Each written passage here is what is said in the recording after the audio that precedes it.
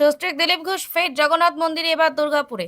দুর্গাপুর জগন্নাথ মন্দিরে এসে দিলীপ ঘোষ স্পষ্ট জানিয়ে দিলেন, পুরীতে জগন্নাথ দেব না দীঘায় জগন্নাথ দেব, এই বিতর্কে ভক্তদের কোনো জায়গার প্রয়োজন নেই।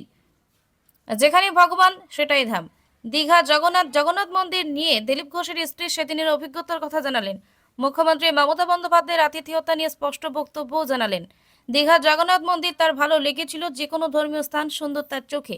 জানালেন, সেদিনের মুখ্যমন্ত্রীর আতিথেয়তা ছিল দিলীপ ঘোষের প্রতি মুখ্যমন্ত্রীর সম্মান প্রদর্শন আন্তরিক ছিল, কিন্তু মানুষ হিসাবে মুখ্যমন্ত্রীকে পলিসিগত না শব্দ ব্যবহার করেন। সেদিন দীঘার জগন্নাথ মন্দির মুখ্যমন্ত্রীর আবেদনে যাওয়াকে কেন্দ্র করে তাদের কোনো আফসোস নেই। আজকে জগন্নাথের স্নানযাত্রা কিভাবে উপভোগ করছেন? ভালো লাগলো, ওনার সঙ্গে আসলাম, উনি নিয়ে এলেন আমাকে। আপনারা দীঘায় গেছিলেন তো দুজনে, দীঘার মন্দিরটা কেমন লেগেছিল? সেটাও ভালো লেগেছিল। মুখ্যমন্ত্রীর সঙ্গে সেদিন যে কোনো ধর্মীয় স্থানই ভালো লাগারই বিষয় এটা। প্রথম মুখ্যমন্ত্রীর সঙ্গে সামনাসামনি সেদিন কি হয়েছিল না? হ্যাঁ, সেই প্রথম। মুখ্যমন্ত্রীকে কেমন লাগলো একজন মানুষ হিসাবে? পলিসিগতভাবে তো না, এমনি অ্যাজ এ হিউম্যান বিং সেই টাইমটা আমাদেরকে সবসময় তো পলিটিক্স মাথায় থাকে না, এমনি তো অলওয়েজ তো প্রোটেস্ট করেই এসেছি ওনার পলিসি। না, আমার হাজব্যান্ড এমন কিছু ভুল করতেই পারেন না। সে গেছিলেন, ঠিক মনে করেছিলেন, এবং পরবর্তীকালে ওটাই প্রমাণ হয়েছে যে না, উনি ঠিকই ছিলেন, ওনার ডিসিশন সিদ্ধান্ত ঠিকই ছিল। দিদি, ওটা তো পার্ট অফ পলিটিক্স, তা ওটাকে ডিপ্লোম্যাটিক্যালি ওটাকে একটা কন্ট্রাডিক্ট করা। আপনাদের সঙ্গে যে ব্যবহার করেছিলেন কোনো সময় মনে হয়েছিল যে পলিসিগতভাবে যে মানুষের লড়াই করছেন সেই মানুষটা অন্যরকম লাগলো সেদিনকে?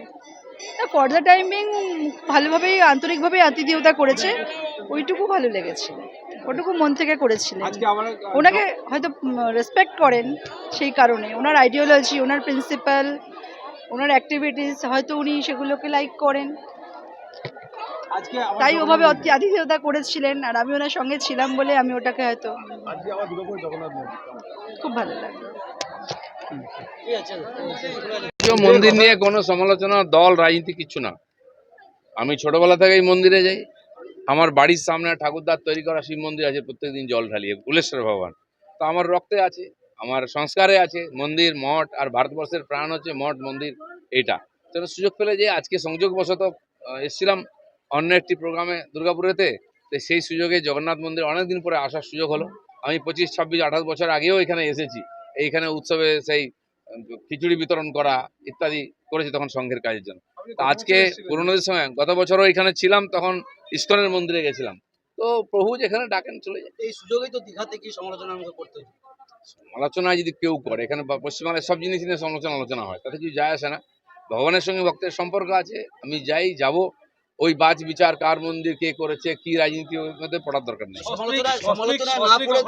হ্যাঁ, আগে একা আসতাম, এখন স্ত্রীর সঙ্গে আছেন, তো দুজন মিলেই তীর্থ করতে হয়, ধর্ম করতে হয়।